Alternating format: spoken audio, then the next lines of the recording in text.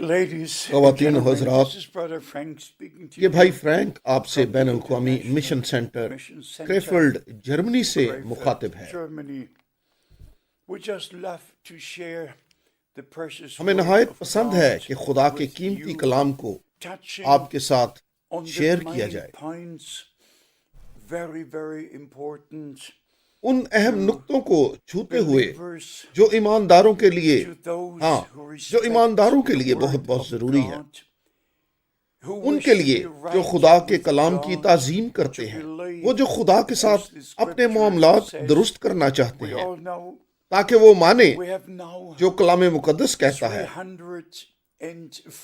ہم سب جانتے ہیں کہ ہمارے پاس اب 349 کلیسیائیں اور فرقے ہیں جو عالمی کلیسیائی مجلس میں شامل ہیں، لیکن ہمارے پاس ایک ہی خدا ہے، ایک ہی بائبل ہے، ایک ہی نجات دہندہ، ایک ابدی زندگی، اور ہمارے پاس نئے عہد نامہ کی کلیسیا کے لیے ایک ہی تعلیم ہے، اور ہمیں اپنا فیصلہ خود کرنا ہے۔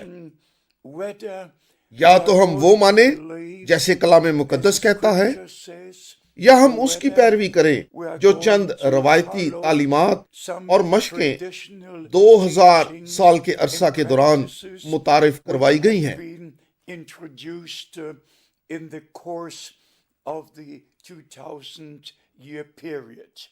میری خدمت یہ ہے کہ خدا کو خوش کروں، نہ کہ لوگوں کے کانوں کو خوش کروں، بلکہ خدا کی تعظیم کروں اور اس کے کلام کی تعظیم کروں۔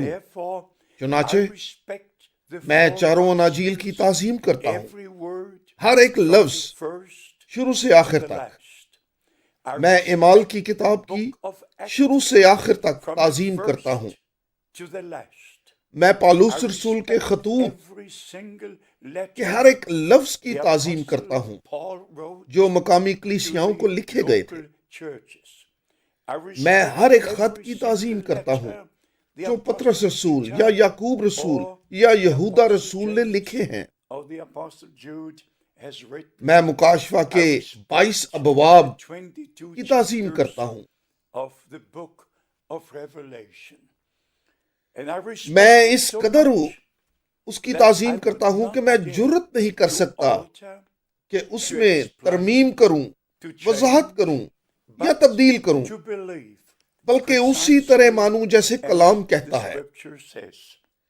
یہ خدا کے تعلق سے ہے۔ میں کسی مجلس کو نہیں مانتا جو کچھ بھی اس میں تھا اور جو کچھ بھی ماضی میں متعارف کرایا گیا۔ جیسے الوہیت کے اندر 3 انفرادی شخصیتوں کی تعلیم، میرا ماننا ہے کہ صرف ایک خدا ہے، اور یہ واحد خدا روح ہے، اور ساری ابدیت کے اندر اس نے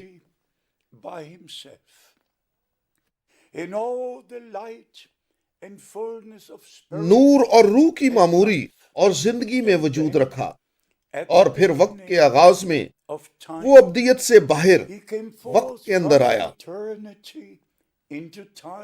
اور باغ عدن کے اندر چلا پھرا۔ یہ خدا کا ظہور تھا جو دیدنی صورت میں ظاہر ہوا۔ وہ چلا پھرا اور آدم کو اپنی شبیہ پر خلق کیا، اور پرانے عہد نامہ کے دوران خدا نے مختلف طریقوں سے اپنے آپ کو ظاہر کیا، مگر نئے عہد نامہ کے اندر اس نے اپنے آپ کو بطور آسمان میں باپ کے طور پر ظاہر کیا۔ اپنے اکلوتے بیٹے کے اندر ہمارے نجات دہندہ خداوند یسوع مسیح میں زمین پر ہمیں مخلصی دینے کے لیے ظاہر کیا، تاکہ ہمیں واپس لائے، تاکہ ہمیں ہمارے اصل مقام پر بطور خدا کے بیٹے اور بیٹیاں واپس لے کر آئے۔ پرانے عہد نامہ کے عرصہ کے دوران آدم سے مسیح تک 4000 سالوں میں کسی بھی ایک شخص نے آسمانی باپ کے بارے میں یہ بیان نہیں کیا ہے، نہ ہی کوئی ایک مرتبہ آسمان میں خدا کے بیٹے سے مخاطب ہوا، نہ ہی ہمیں یہ عبارت ثالوث خدا کہیں ایک مرتبہ کہیں بھی ملتی ہے، نہ ہی ایک مرتبہ خدائے بیٹا کی عبارت ہمیں کہیں ملتی ہے، نہ ہی ایک مرتبہ خدائے روح القدس کی عبارت ہمیں کہیں ملتی ہے۔ یہ وہ چیزیں ہیں جو مختلف مجالس میں متعارف کرائی گئی ہیں، جس کی ابتدا نکایا کی مجلس 325 عیسوی میں ہوئی، 381 میں جاری رہی، 431 میں جاری رہی اور مزید اس کے آگے بھی۔ میں نے اس کا تذکرہ اس لیے کیا ہے تاکہ آپ میری خدمت کو سمجھ سکیں۔ میں اس کی طرف واپس نہیں جا سکتا جو ایریس نے کہا یا اتھناسیس نے کہا یا ہائرونیمس نے کہا۔ بڑی سادگی سے میری اس میں کوئی دلچسپی نہیں۔ کیوں لوں میں دلچسپی؟ لیکن مجھے صرف اس کی طرف واپس جانا چاہیے جو خدا نے اپنے کلام میں کہا ہے۔ مجھے انبیاء کرام کی طرف واپس جانا چاہیے، مجھے اس کی طرف واپس جانا چاہیے جو ہمارے خداوند نے سکھایا، مجھے اس کی طرف واپس جانا چاہیے جو اس کے مقرر کردہ رسول منادی کرتے اور عمل کرتے تھے۔ اس لیے برائے مہربانی اپنی کلیسیا کے نقطہ نظر سے مجھے مت پرکھیں، مہربانی سے خدا کے کلام کو حتمی اختیار سمجھیں اور پھر ہم ایک مقام پر کھڑے ہوں گے۔ اب ہمارے خداوند یسوع مسیح کے واپسی کے تعلق سے، جو کہ اس وقت کا سب سے اہم مضمون ہے،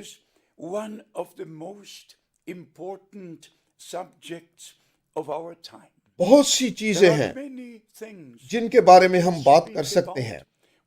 ہم بائبل کی ان نبوتوں کے بارے بات کر سکتے ہیں جو قوموں میں اور اسرائیل میں پوری ہوئیں۔ ہم بائبل کے بہت سے مضامین کے بارے میں بات کر سکتے ہیں، لیکن اب ہمارا مرکزی مضمون مسیح کی واپسی ہے۔ اور یہاں یوحنا کے 14ویں باب میں ہمارے پاس ایک وعدہ ہے۔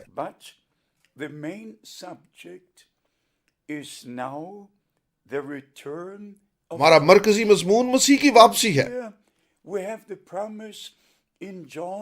یوحنا کے 14ویں باب میں ہمارے پاس ایک وعدہ ہے جہاں ہمارا خداوند کہتا ہے، میں جا کر جگہ تیار کرتا ہوں، پھر میں واپس آؤں گا۔ واپسی کا لفظ اس تعلق سے نہایت اہم ہے۔ اگر میں اپنے شہر کو چھوڑوں پھر کسی دن واپس لوٹوں، یہ نہ صرف ایک آمد ہوگی بلکہ یہ واپسی ہے۔ میں واپس آؤں گا اور تمہیں وہاں لے جاؤں گا جہاں میں ہوں۔ مسیح کی دوسری آمد ہمارے خداوند اور نجات دہندہ کی واپسی ہے تاکہ ہمیں واپس گھر لے جائے۔ 2000 سال قبل وہ ہمیں بچانے کے لیے آیا تاکہ قیمت چکائے، تاکہ لہو بہا کر ہمیں مخلصی دے، تاکہ ہمیں خدا کے پاس واپس لے جائے اور ہمیں ابدی زندگی دے۔ اب وہ واپس آئے گا تاکہ جیسا اس نے وعدہ کیا ہے ہمیں اپنے جلال میں لے جائے۔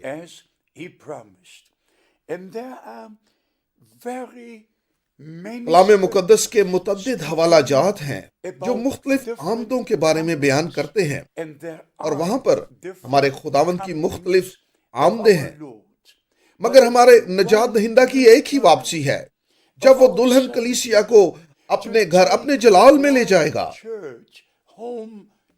اور میں ان حوالوں کو آج آپ کے ساتھ شیئر کروں گا۔ یہاں متی کے 25ویں باب میں یوں کہتا ہے، دیکھو دولہا آ پہنچا۔ یہ بڑا خاص حوالہ ہے نجات دہندہ اور نجات یافتہ کے تعلق سے، شافی کا شفا حاصل کرنے والوں کے تعلق سے، جج کا ان کے تعلق سے جن کی عدالت کی جائے گی، لیکن دلہا کا دلہن کے تعلق سے ہے۔ اور مکاشفہ 19ویں باب کی 7ویں آیت میں یوں کہتا ہے، اور اس کی دلہن نے اپنے آپ کو تیار کر لیا۔ اور اگر آپ مکاشفہ کا 21واں اور 22واں باب پڑھتے جائیں، میں تجھے دلہن دکھاؤں گا۔ دلہن اس واسطے نجات یافتہ چنے ہوئے وہ دلہن ہیں، اور وہی ہیں جو مسیح کی دوسری آمد کے لیے اپنے آپ کو تیار کر رہے ہیں، نجات دہندہ کی واپسی کے لیے، تاکہ پہلی قیامت کے اندر ہمیں گھر واپس لے جائے۔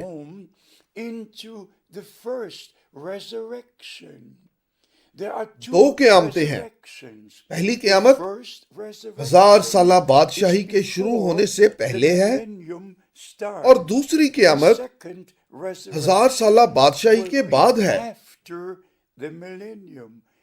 اور یہ مکاشفہ کے 20ویں باب میں ہے۔ چنانچہ اب ہم پہلی قیامت کے بارے بات کر رہے ہیں۔ یہ اس وقت وقوع پذیر ہوگی جب مسیح واپس آئے گا۔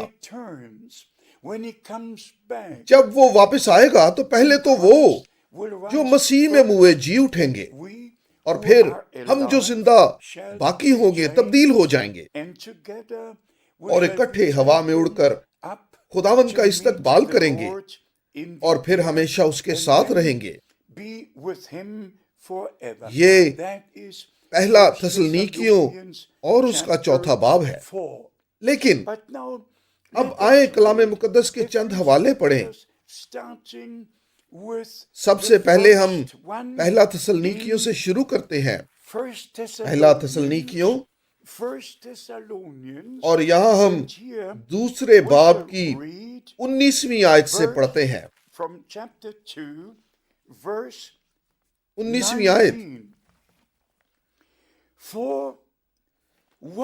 بھلا ہماری امید اور خوشی اور فخر کا تاج کیا ہے؟ کیا وہ ہمارے خداوند یسوع مسیح کے سامنے اس کے آنے کے وقت تم ہی نہ ہوگے؟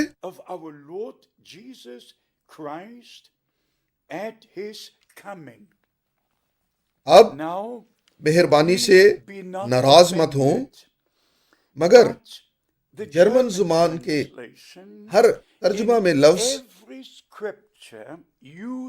ایک لفظ ویڈر کمفٹ استعمال ہوا ہے، جس کا مطلب اور ترجمہ واپسی ہے۔ یہ محض آمد ہی نہیں ہے، یہ واپسی ہے، جب مسیح واپس آئے گا۔ اور یہاں ایک اور مسئلہ بھی ہے۔ مارٹن لوتھر نے ولگاٹا کو استعمال کرنے سے انکار کر دیا تھا کہ اس سے ترجمہ کرے، کیونکہ وہ کیتھولک نسخہ تھا۔ اس نے اپنے ترجمہ کے کام کے لیے ولگاٹا کو استعمال کرنے سے انکار کر دیا تھا۔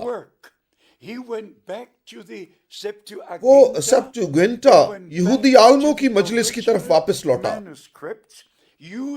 اور اصل نسخہ جات کی جانب واپس لوٹا، اور ان اصل الفاظوں کو استعمال کیا۔ اور میں آپ کے لیے کلام مقدس پڑھنے جا رہا ہوں جہاں پر لفظ واپسی ہونا چاہیے، نہ کہ محض لفظ آمد، حالانکہ ہم جانتے ہیں کہ اس کی آمد ہی اس کی واپسی ہوگی تاکہ وہ ہمیں گھر لے جائے۔ مگر بہتر طور پر سمجھنے کے لیے، تاکہ آپ مختلف آمدوں کا فرق جان سکیں، مجھے ایک مثال دینے دیں۔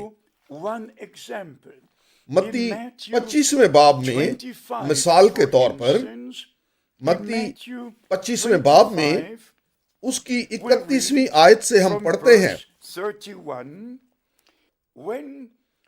جب ابن آدم اپنے جلال میں آئے گا اور سب فرشتے اس کے ساتھ آئیں گے، تب وہ اپنے جلال کے تخت پر بیٹھے گا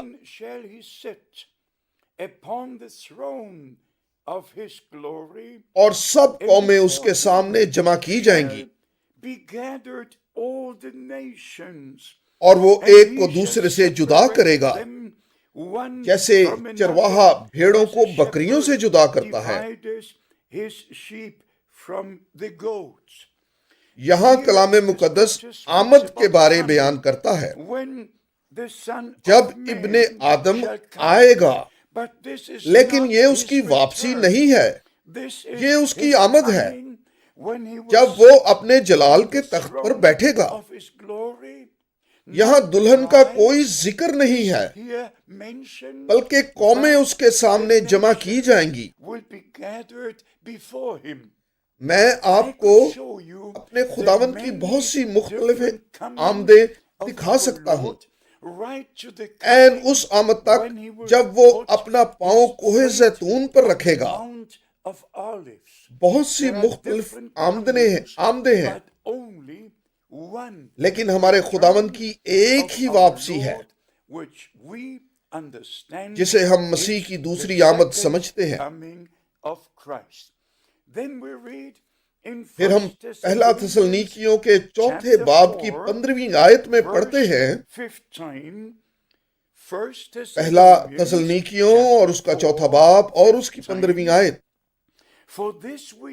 چنانچہ ہم تم سے خداوند کے کلام کے مطابق کہتے ہیں کہ ہم جو زندہ ہیں اور خداوند کے آنے تک باقی رہیں گے۔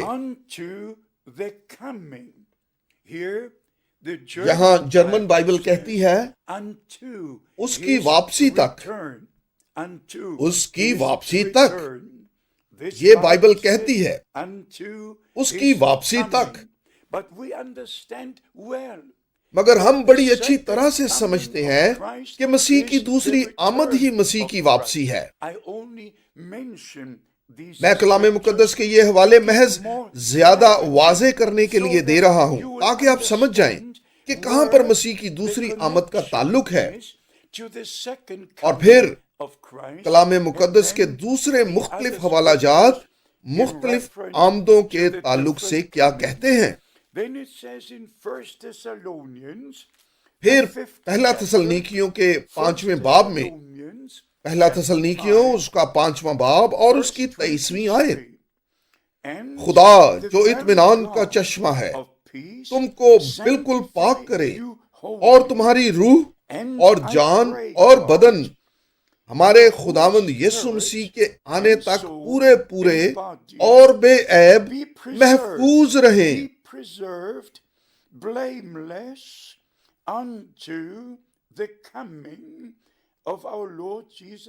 یہاں ایک مرتبہ پھر جو لفظ ہے اس کی واپسی تک، میں زور دیتا ہوں کہ واپسی ہی دوسری آمد ہے۔ اس واسطے عزیزو ہمیں اپنی تیاری پر زور دینا چاہیے۔ خدا کی مرضی میں شامل ہونے کے لیے ہمیں خدا کے کلام کے اندر رہنا پڑے گا، اور اگر ہم خدا کے کلام کے اندر ہیں تو پھر ہی ہم خدا کی مرضی کے اندر رہ سکتے ہیں۔ چنانچہ ہمیں ان حوالوں پر زور دینا چاہیے جو دوسری آمد کے بارے بیان کرتے ہیں، ہمارے خداوند اور نجات دہندہ کی واپسی کے بارے میں بیان کرتے ہیں۔ یعقوب رسول بڑی شاندار بات کہتا ہے، یعقوب اس کا پہلا باب، اور یہاں کہتا ہے، بہتر ہے ہم براہ راست یعقوب کے 5ویں باب میں جائیں۔ یعقوب 5ویں باب کی 7ویں آیت میں ہم پڑھتے ہیں، پس آئے بھائیو خداوند کی آمد تک صبر کرو۔ یہاں پر بھی واپسی کا لفظ استعمال ہوا ہے، اس کی واپسی تک، خداوند کی آمد تک، اس کی دوسری آمد تک۔ یہ خدا کے کلام میں نہایت شاندار حوالے ہیں، حتیٰ کہ دوسرا پطرس اور اس کا پہلا باب، دوسرا پطرس اس کا پہلا باب، یہ یہاں 16ویں آیت میں یوں کہتا ہے، کیونکہ جب ہم نے تمہیں اپنے خداوند یسوع مسیح کی قدرت اور آمد سے واقف کیا تھا تو دغا بازی کی گھڑی ہوئی کہانیوں کی پیروی نہیں کی تھی۔ یہاں ایک مرتبہ پھر لفظ واپسی ہمارے خداوند یسوع مسیح کی دوسری آمد ہے۔ مگر کوئی بھی، حتیٰ کہ بائبل کے دوسرے ترجموں میں بھی اس کا مطلب سمجھ سکتے ہیں، یہ محض آمد نہیں ہے، بلکہ یہ مسیح کی دوسری آمد ہے جس کا وعدہ اس نے ہمارے ساتھ کیا ہے۔ میں جاتا ہوں تاکہ تمہارے لیے جگہ تیار کروں، پھر میں واپس آ کر تمہیں وہاں لے جاؤں گا جہاں میں ہوں۔ میں نے کلام مقدس کے بہت سے حوالوں کو نوٹ کیا ہے جنہیں میں آپ کے لیے پڑھ سکتا ہوں، مگر اب نہایت ضروری حصے کی طرف چلتے ہیں، اور مجھے یہ کہنا پڑے گا، برائے مہربانی خداوند کے نام میں قبول کریں۔ جس طرح مسیح کی پہلی آمد کے موقع پر ایک انبیانہ زمانہ تھا، ویسے ہی ایک دفعہ پھر یہ انبیانہ زمانہ ہے۔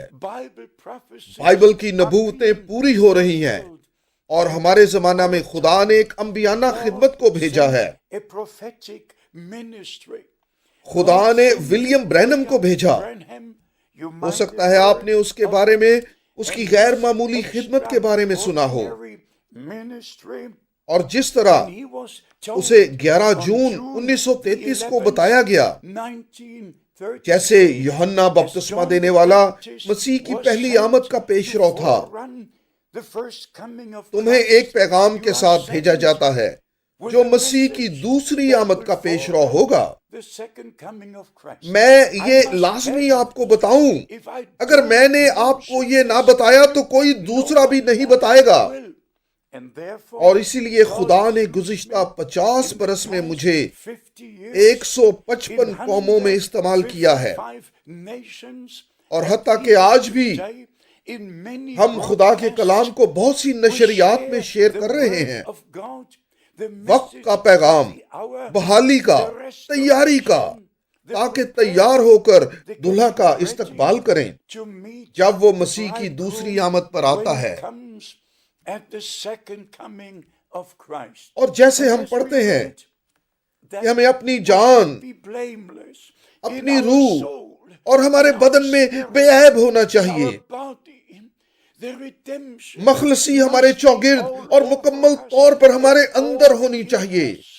نئی زندگی ہماری جان کے اندر اور عین ہماری روح کے اندر ہونی چاہیے۔ ہمارا بدن خدا کے کلام کے تابع ہونا چاہیے۔ ہمیں خدا کے کلام کے مطابق جینا چاہیے۔ جلال کی امید مسیح ہمارے اندر بسنا چاہیے، نہ کوئی مذہب بلکہ خدا کا فضل، تاکہ ہمیں اس مقام پر واپس لے جائے جہاں ایماندار ابتدا میں تھے۔ ایک خداوند، ایک ایمان اور ایک ہی بپتسمہ، سب ایک دل اور ایک جان تھے وہ۔ عزیزو، نہ کہ مختلف حصوں میں تقسیم تھے، بلکہ مسیح کا بدن روح القدس کے بپتسمہ کے وسیلہ اور خدا کے کلام کے اندر دوبارہ متحد ہونا چاہیے۔ اس واسطے یہ بلاوے کا وقت ہے، یہ تیاری کا وقت ہے۔ ہمیں تیار ہونا چاہیے۔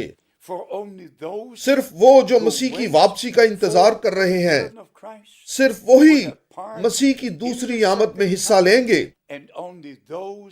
اور صرف وہی برہ کی شادی کی ضیافت میں مسیح کی دلہن کا حصہ بنیں گے۔